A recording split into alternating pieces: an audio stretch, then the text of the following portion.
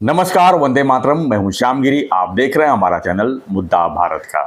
मुद्दा भारत का यानी मुद्दा है आपका। मुद्दा इस समय है सयाजी शिंदे का।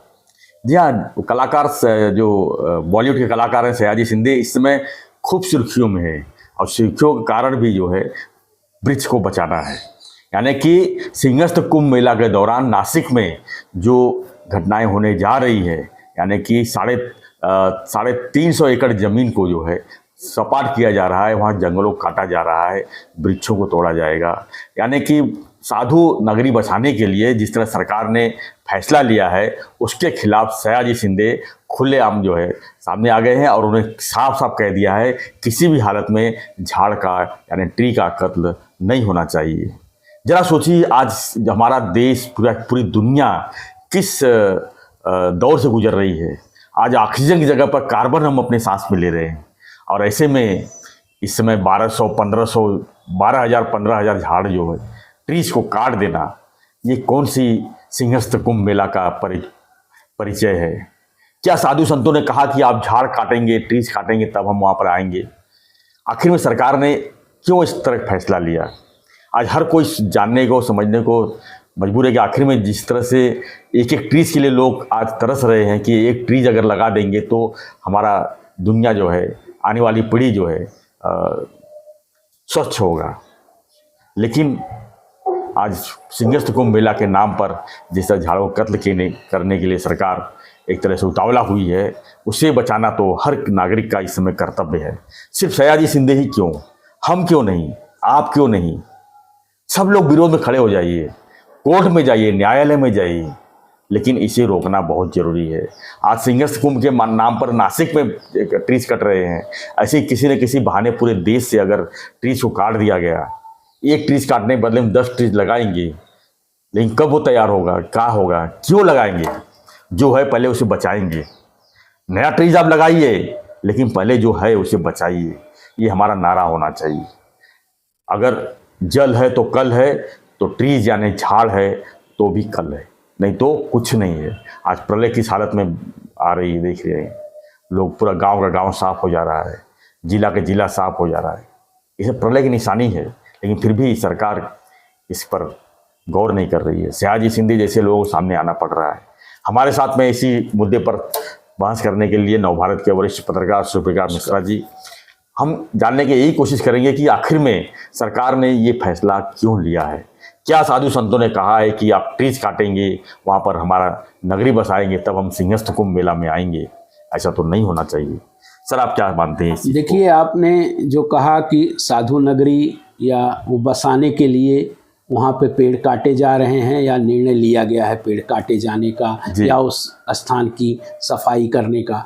अब इसके पीछे आप जाएंगे तो जिस तरह से भव्य दिव्य कुंभ उत्तर प्रदेश के प्रयाग में हुआ, उसी की तर्ज पर, उसी की तरह महाराष्ट्र सरकार भी नासिक में 2027 में होने वाले कुंभ की तैयारी कर रही है। देखिए, प्रयाग का कुंभ और नासिक का कुंभ है बाहर। 12 साल बाद एक जगह प्रयाग में तो हर साल मेला लगता है, उसकी एक अलग प्रतिमा होती है, अलग छवि होती है, अलग दिव्यता भव्यता के साथ किया जाता है। देश में 4 स्थानों पर कुंभ। तो ये जो तैयारी है राज्य सरकार की, वो अधिक भव्य और दिव्य, लेकिन इस भव्यता के चक्कर में जो वहाँ का जो प्रकृति को बिगाड़ने का एक आरोप लगाया जा रहा है, उसमें सच्चाई तो है। क्योंकि नासिक महानगर पालिका के पास कम से कम 1700-1800 पेड़ वहाँ के काटने के प्रस्ताव आए हैं कि वहाँ साधु। और आपको मैं बता दूँ कि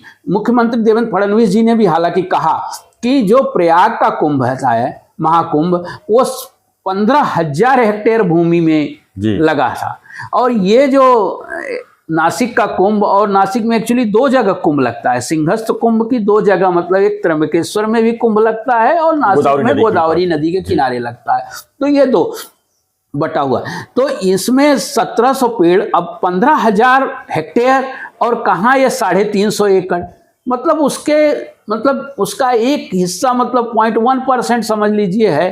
तो इस तरीके से, और उस पर भी इतने पेड़ अगर काटे जाएंगे तो बिल्कुल ये पर्यावरणवादियों के लिए चिंता है का विषय है, लोगों के लिए चिंता है। साधु संत तो देखिए प्रकृति के साथ ही रहते हैं, जंगलों में रहते हैं, जैसे कि आप ये भी सवाल उठता है कि वहीं उनका वो बनाया जा सकता था। कम से कम पेड़ काटे जाएं, बिल्कुल, लेकिन बिल्कुल विकास के नाम पर अगर पेड़ काटे जाएंगे तो उसका असर पड़ेगा। अब जैसे साधु संतों का आपने कहा कि पिछली बार भी जब 15-16 में कुंभ वहां लगा था तब भी 200 पेड़ काटने का प्रस्ताव था, लेकिन उस समय साधु संतों ने विरोध किया था इसका। अब भी विरोध करना चाहिए, अब साधु संतों को खुद विरोध करना चाहिए, विरोध करना चाहिए, आगे आना चाहिए। लेकिन देखिए वहां उसकी सरकार की क्या मंशा है, सरकार की मंशा पर तो बिल्कुल सवाल उस तरह से नहीं उठाए जा सकते कि वहां वो विकास चाहते हैं, बाकी व्यवस्थित हो और एक भव्य दिव्य कुंभ का एक महाराष्ट्र का एक समझ लीजिए पर्यावरण तो अपनी जगह है, वो होना चाहिए एक पर्यटन की दृष्टि से, धार्मिक पर्यटन की दृष्टि से।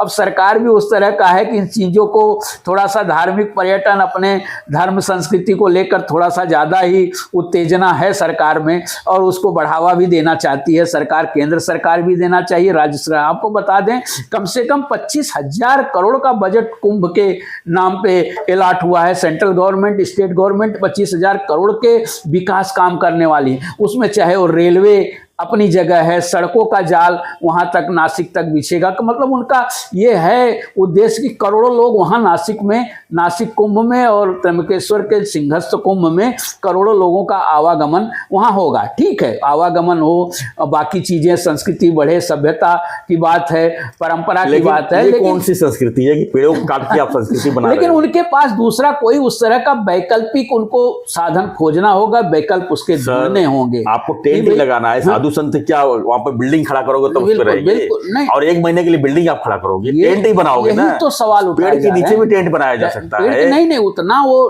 डेंस फॉरेस्ट है, मतलब उनका कहना है कि भाई 2014-15 के पहले इतना डेंस नहीं था। ये उनकी ही सरकार ने 50 करोड़ वृक्ष लगाए, राज्य सरकार का दावा है, उस पर खर्च भी किए गए हैं। देखिए एक भी किए गए कि काटना पड़े? नहीं, बिल्कुल नहीं, बेवजह क्यों लगाए?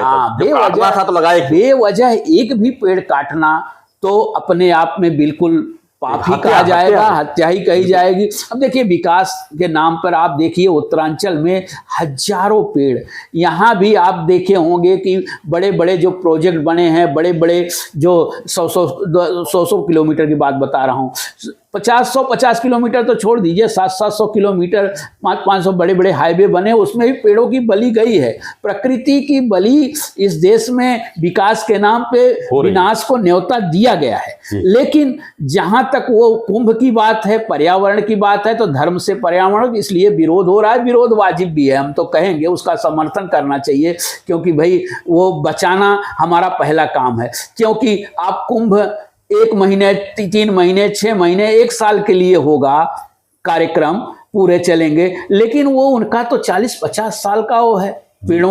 पेड़ों की उम्र जो है इतनी तो उम्र होती है नहीं, बिल्कुल पीढ़ी दर पीढ़ी चलती है सर, चलते हैं बिल्कुल। लेकिन आजकल के पेड़ नहीं चलते, पुराने पेड़, उनका ये दावा है ये पेड़ 2013-14 के लगे हैं, भले कब पे लगे हैं। पेड़ों को बचाना हमारा परम कर्तव्य है, परम धर्म है। लेकिन विकास के नाम पे अगर विनाश को न्योता देंगे तो लोग तो सवाल उठाएंगे ये, लेकिन साधु संत भी इसके खिलाफ नहीं होंगे, मुझे लगता है। इसमें महाराष्ट्र सरकार को कोई ना कोई एक वैकल्पिक व्यवस्था देनी पड़ेगी, स्वाधन। हाँ, हालांकि मजबूरी भी है उनकी, वो कहते हैं कि भाई 350 एकड़ जमीन ही उपलब्ध है। अब आर्य कॉलोनी का मसला था, वहां पर मेट्रो आ रही थी, मेट्रो जरूरी है, लोगों को सुविधाएं मिलनी चाहिए, लेकिन ये लाइफ टाइम तक सुविधाएं मिलनी चाहिए करके मेट्रो के लिए अब ये तो महीना 2 महीना कुंभ के लिए आप अगर जंगल उड़ा देंगे, ये कौन सा विकास है? जंगल का जंगल उड़ाने का सवाल नहीं पैदा होता। मुझे लगता है कि इस मामले में थोड़ा सा इसको भले तुल दिया जा रहा होगा, लेकिन 1700 पेड़ों का जो बात हो रही है काटने की, ये बड़ा मामला है, इसमें संदेह नहीं, लेकिन संख्या बड़ी है। 10-20-50 पेड़ों। सयाजी शिंदे की हम बात करें, कोई पॉलिटिकल लीडर तो है नहीं जो बेनिफिट्स ले रहे हैं? वो अजीत पवार की पार्टी के सक्रिय नेता हैं इस समय, अजीत पवार। आप देखिए इसमें भी अजीत पवार का बयान उनके समर्थन में आया है। अब सरकार में ही थोड़ी सी तनातनी शुरू हो गई है कि भाई पेड़ों को किस तरह से काटा जाए। अब वहां के इंजीनियर, महापालिका को उसको समझना होगा, लोगों को एक साथ साथ आना होगा, उसके वैकल्प तलाशना होगा। महाराष्ट्र सरकार इसमें सक्षम है, महाराष्ट्र सरकार चाहेगी तो उसकी और वैकल्पिक, ठीक है, वहां से नजदीक न साधुग्राम बना के वहां से 2-4 किलोमीटर दूर कोई ऐसा स्थान देखें, वहां बनाएं। जी बिल्कुल, अब जरूरी नहीं है, हाँ नहीं, आउटसाइड में जगह बहुत है। समस्या तो थोड़ी देखिए आने वाली है, समस्या का समाधान कम से कम वहाँ पेड़ों को काटा जाए, कम से कम वहाँ प्रकृति का जो क्षरण कम हो, उसको लेकर तो सरकार को सोचना पड़ेगा। लेकिन ये सरकार की इस तरह से भूमिकाएं जो हैं ये विवादित जरूर हैं। लोग अब इसको लेकर आज यहाँ है, पूरे आएंगे, फिर कोर्ट हस्तक्षेप करेगा, फिर देश में इस तरह की प्रतिक्रिया उमड़ेगी। स्वाभाविक रूप से ये पर्यावरण को लेकर तो जागरूक होना पड़ेगा। आज देखिए उत्तराखंड की स्थिति परिस्थिति बहुत खराब हो चुकी है। इतने विकास के नाम पर, हालांकि विकास जरूरी है, विकास चाहिए भी, इतने बांध बना दिए गए, इतने रोड बना दिए गए, इतने हो गए कि पेड़ दरक रहे, पेड़ कट रहे हैं तो पहाड़ दरक रहे हैं। पहाड़ों से बहुत बड़ा नुकसान हो रहा है। समुद्र में क्या है, कोस्टल रोड के नाम पर समुद्र को भी मिटाया पाटा गया जा रहा है। तो ये तो है, ये चल रहा है। लेकिन आपने जैसे कहा कि भाई 100 सालों के लिए, आने वाले 100 सालों की व्यवस्था की जा रही यहाँ इसके लिए, और बिल्कुल जिस तरीके से वो नकल देख रहे हैं कि प्रयागराज का कुंभ, प्रयागराज देखिए गंगा जी का पाट इतना बड़ा है, वहां पेड़ और दिखाई ही नहीं देते। गंगा जी फिर सिमट जाती हैं, फिर बढ़ जाती हैं। वहां प्रयागराज तो ऐसा है कि 4 महीने एक शहर बसता है, फिर 4 महीने वो एक शहर उजड़ता है। तो हर साल कुंभ वहां माघ मेला लगता है, लेकिन कुंभ के समय में अब बताइए 40 करोड़ लोगों का आना हुआ दावा किया जा रहा है।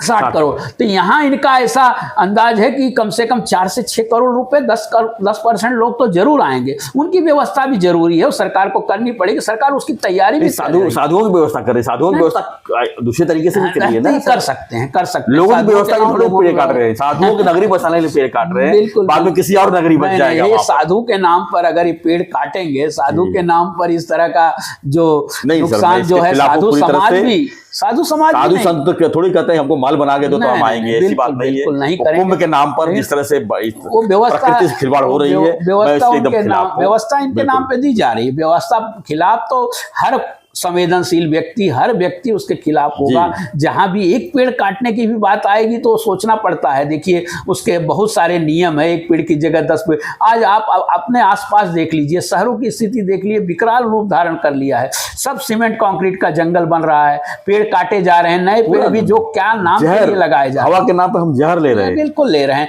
और उसका नुकसान किसको उसका खामियाजा आपको ही भुगतना पड़ेगा। तो हमने आवाज उठाएंगे, भुगतना पड़ेगा, बिल्कुल उठाना पड़ेगा, लोगों को आप रास्ते पे उतरना पड़ेगा। उसका विकल्प जो है वो सरकार का काम है, सरकार को ढूंढना पड़ेगा उसका कि किस तरीके से समायोजित कर सकें।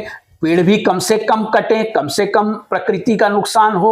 एक्चुअली वो प्रकृति की ही हमारे यहाँ तो परंपरा है, हमारी संस्कृति है, प्रकृति की पूजा, जल की पूजा, पेड़ की पूजा, पहाड़ की पूजा। हमारे यहाँ तो गोवर्धन का पूरा फिलॉसफी जो कहते हैं, पूरा दर्शन इसी पर टिका हुआ है। तो वो एक चूंकि धार्मिक आयोजन है, सबसे बड़ा धार्मिक आयोजन होता है, उसमें महाराष्ट्र सरकार को सोचना पड़ेगा। हालांकि इस पर सीएम साहब बहुत नाराज भी हुए कि ये मुद्दे को हवा देने की कोशिश की जा रही। भाई अगर कुछ आप इस तरह का काम अगर आपका प्रशासन करोगे तो नाराज कोई नहीं होगा ना, तो नाराज होगा। तो सयाजी शिंदे ने साफ साफ कहा है ना कि आपको सत्ता की चाबी दे दिया, इसके बाद आप मनमानी करोगे। बिल्कुल मनमानी नहीं होनी चाहिए, प्रकृति के साथ तो मनमानी बिल्कुल नहीं होनी चाहिए। आप विकास कीजिए, विकास के लिए कुछ भी मनमानी कीजिए, लेकिन इस तरह प्रकृति से खिलवाड़ करके महाकुंभ के नाम पर अगर वहां पर जमीनों को इस तरह से चौपट करोगे और प्रकृति से खिलवाड़ करोगे तो हर कोई विरोध करेगा, और करना भी चाहिए। साहब उसको मैं आपको बता दूं, एक साथ हो रहा है इसलिए, लेकिन यहाँ रोज खिलवाड़ किया जा रहा है। आप देख लीजिए शहरों में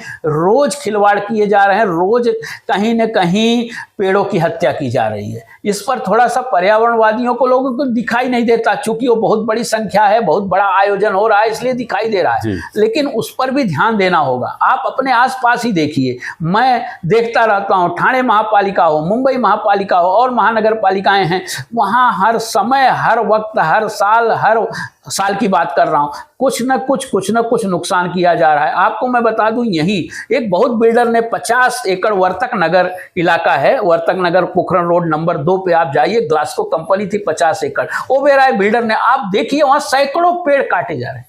एकदम मतलब समझ लीजिए ऑक्सीजन का एक प्लांट था, ऑक्सीजन एकदम दूर होता जा रहा है। सर वो प्राइवेट जगह है, प्राइवेट जगह का प्राइवेट हो या निजी जगह हो, नियम के हिसाब से वो चलेगा, लेकिन यहाँ तो सरकार खुद ही अगर काटने तैयार हो रही है तो सरकार के खिलाफ लोग उतरेंगे। निजी हो या सरकारी हो, मैं तो कहूंगा कि पेड़ों को काटने के पहले या बहुत ही आवश्यक है तो कम से कम नुकसान हो। अब वो पुनर्रोपण की भी बात हो जा रही है कि पुनर्रोपण किया जाएगा, कहाँ करेंगे आप पुनर्रोपण? एक जगह पुनर्रोपण करेंगे फिर बाद में काटेंगे, दिखावा है जी बिल्कुल। तो इस पर बिल्कुल विचारणीय है और इस पर होना चाहिए। धन्यवाद जानकारी के लिए मिश्रा जी। तो फ्रेंड्स, हम भी आपसे आह्वान करते हैं कि जिस तरह से जंगलों को उखाड़ा जा रहा है, जिस तरह से सरकार मनमानी कर रही है, उसके खिलाफ सड़कों पर तो उतरना ही पड़ेगा। हमें सयाजी शिंदे जी का साथ देना ही पड़ेगा। हालांकि वो राजनीति नहीं कर रहे हैं, लेकिन आज प्रकृति को अगर बचाना है तो ऐसे लोगों का सपोर्ट करना चाहिए जो जिसके खिलाफ सरकार मनमानी कर रही है। सिंहस्थ कुंभ मेला हो चाहे कोई भी कुंभ मेला हो, साधु संत अगर कहते हैं कि पेड़ काट के हमारा घर बनाओ, ये तो गलत है। लेकिन साधु संत ने आज तक एक भी सवाल भी नहीं किया और उन्होंने कुछ मांग भी नहीं रखी। तो ऐसे में सरकार का फर्ज बनता है कि जंगलों का हम बचाएं। आप कुंभ कीजिए, सिंहस्थ कुंभ कीजिए, जो भी करना कीजिए, लेकिन प्रकृति से खिलवाड़ मत कीजिए। ये हमारा ध्येय है। आप भी जो है कमेंट बॉक्स पूरा भर दीजिए सरकार के खिलाफ। सरकार जो है बैक होने के लिए मजबूर हो जाए, इतना कमेंट्स कीजिए ताकि हमारा वीडियो जो है वहाँ तक सरकार के कान तक पहुँचे। और इस मुहिम में हम जो है हम साथ में हैं, आप भी साथ में आइए और ऐसे ट्रीज को जो जंगल जो सैकड़ों ट्रीज कटने वाले हैं उन्हें बचाने के लिए हम जो है रास्ते पर उतरे। तो फ्रेंड्स, आपकी प्रतिक्रिया जरूर लिखिए और कमेंट बॉक्स में बने रहिए हमारे साथ, देखते रहिए हमारा चैनल मुद्दा भारत का। चैनल को लाइक, शेयर और सब्सक्राइब जरूर कीजिए। हाँ, ट्रीज को जरूर बचाइए, उस मुहिम में सपोर्ट कीजिए। धन्यवाद, जय हिंद।